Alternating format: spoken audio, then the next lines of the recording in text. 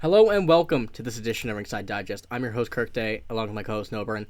And today we got a few tidbits of news going over some stuff involving the Bruins, the Flyers, and the Capitals. Nothing major, but we got a few topics to go over. So before we get into it, if you want to subscribe to see more videos like we're gonna have like this and throughout the future, make sure to do it because we're gonna be pretty consistent with all the videos we have over the off season and everything.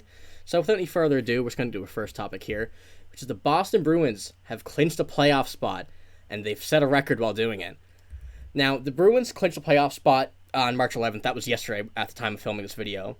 And the regular season doesn't end until April 14th. They clinched a playoff spot more than a month away before the playoffs. That is unheard of. And while doing that, the record that they got for clinching the playoffs was also the quickest team to 50 games in NHL history, just passing the Lightning in 18-19 by 2 games and the Red Wings in 95-96 by 2 games.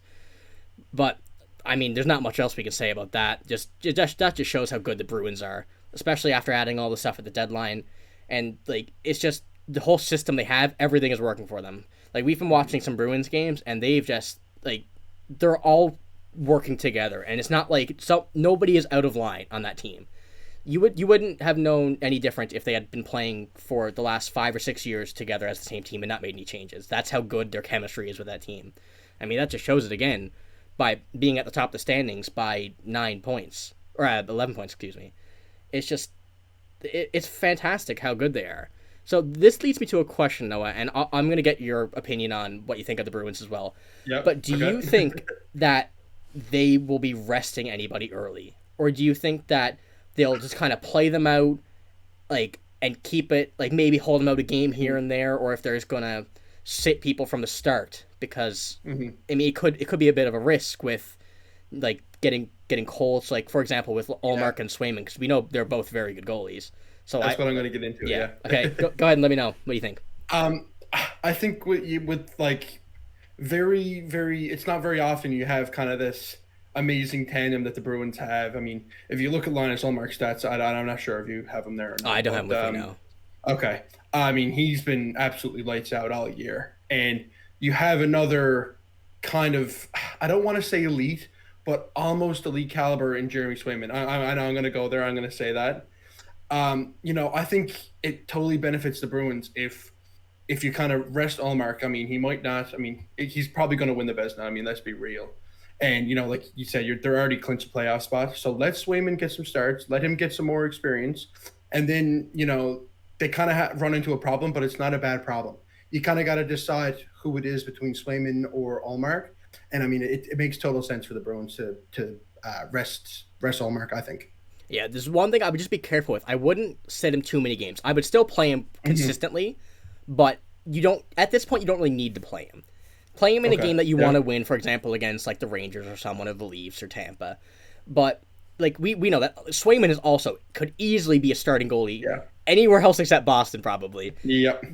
Just about. Well, I mean, with exceptions except New York and Tampa, but still, those two goalies. So it's not like you're giving up on the game if you put Jeremy Swayman in. That still could be it would be no different realistically than Ullmark. Absolutely. Yeah, for sure. And we know Ullmark is, like you said, he's going to win the Vezina. I don't even think it's a question. The second place is Philip Gustafsson, but it's not gonna be Gustafsson. We know that. It's going to be Ullmark.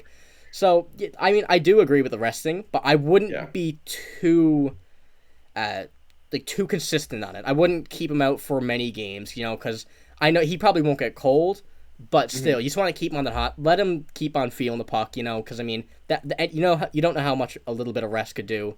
So you don't want to make him tired either, get him body hurt. You want to rest him up a bit. I think that's with the whole team as well.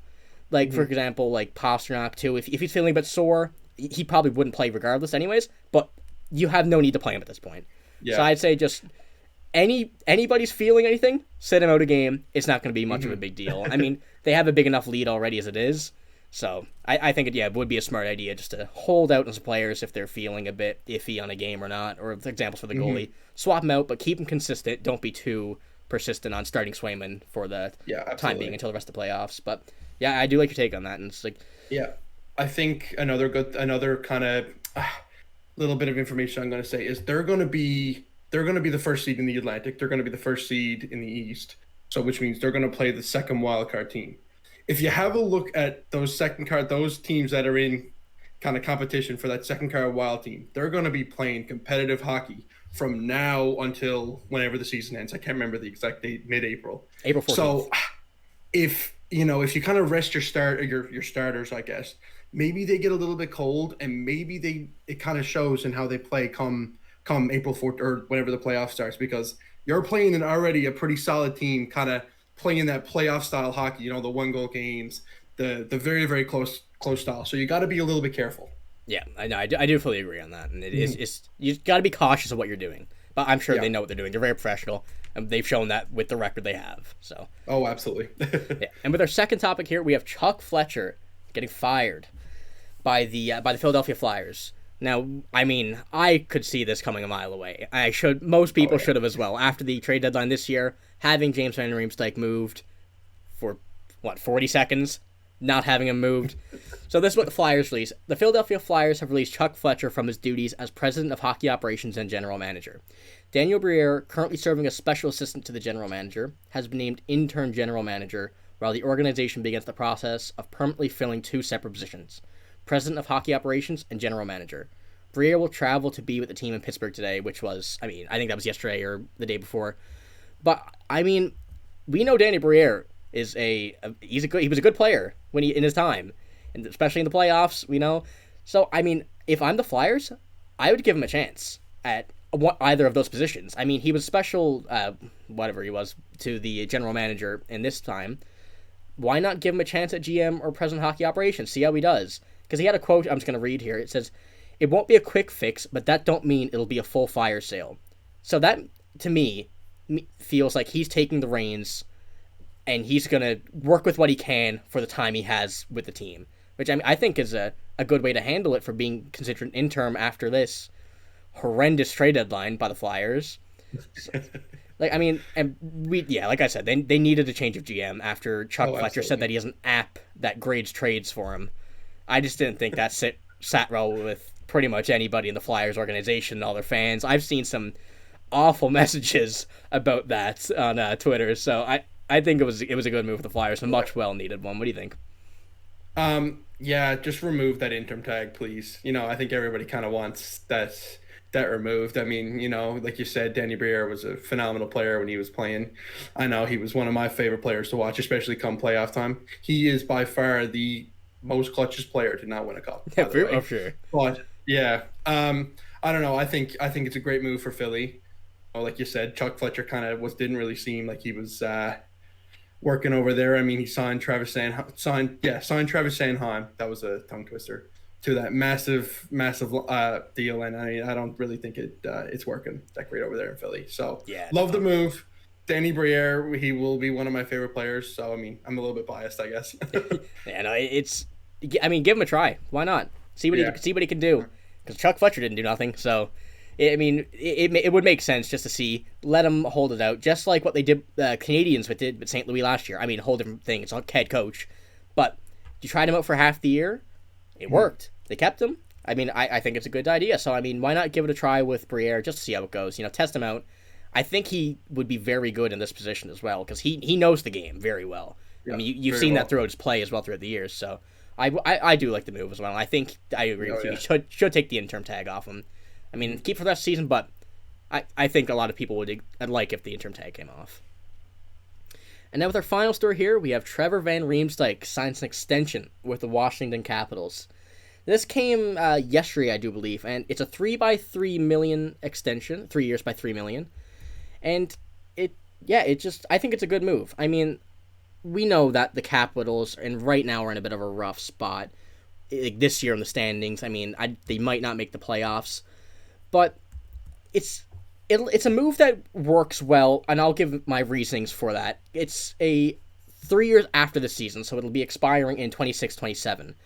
But in the years of 26-27 and the 25-26 season, they have their entire core will be expiring.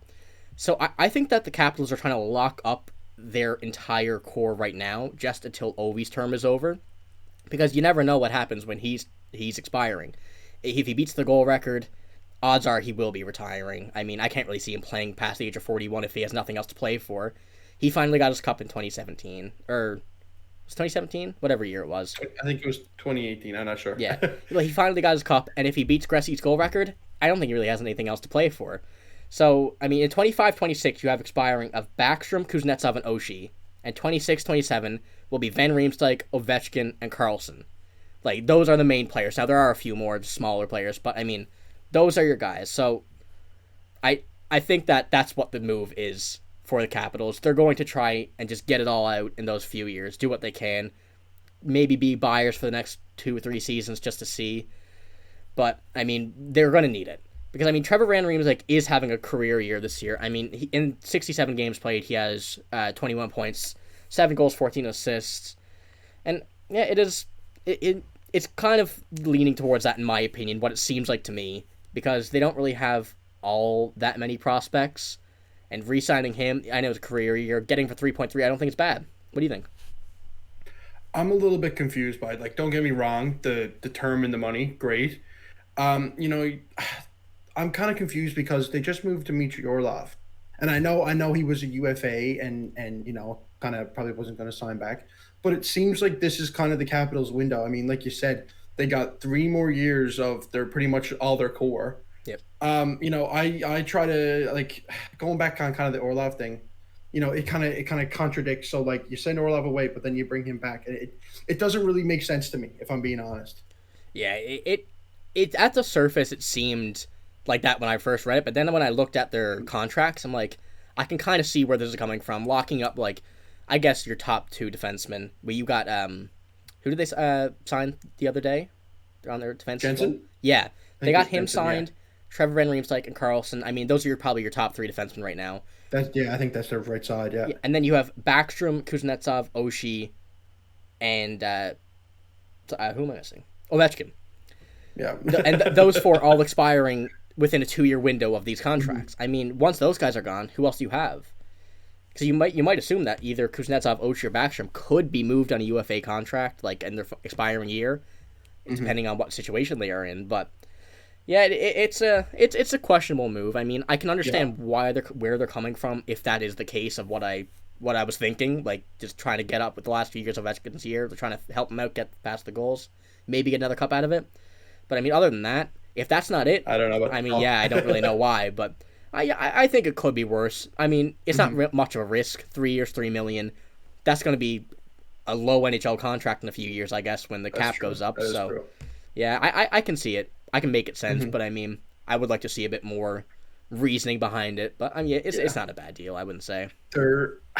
It almost seems like the Capitals are just like kind of like that mid tier. Yeah. But like they're not good enough to make a playoff run, but it's almost like they don't have the prospects to be considered a rebuilding team. I don't know. They got the Miroshnichenko and is it Lapierre, Hendrix Lapierre? Yeah.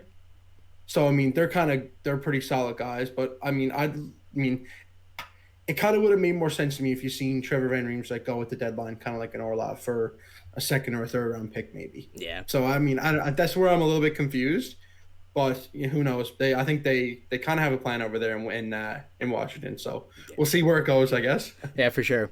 That's all we have for this video. So if you like this video, make sure to like the video, subscribe, because we're gonna have more content, like I said, all throughout the year, off season, the big events, draft, free agency. And so yeah, that's gonna be it for this video. So make sure to like and subscribe. Thank you for watching.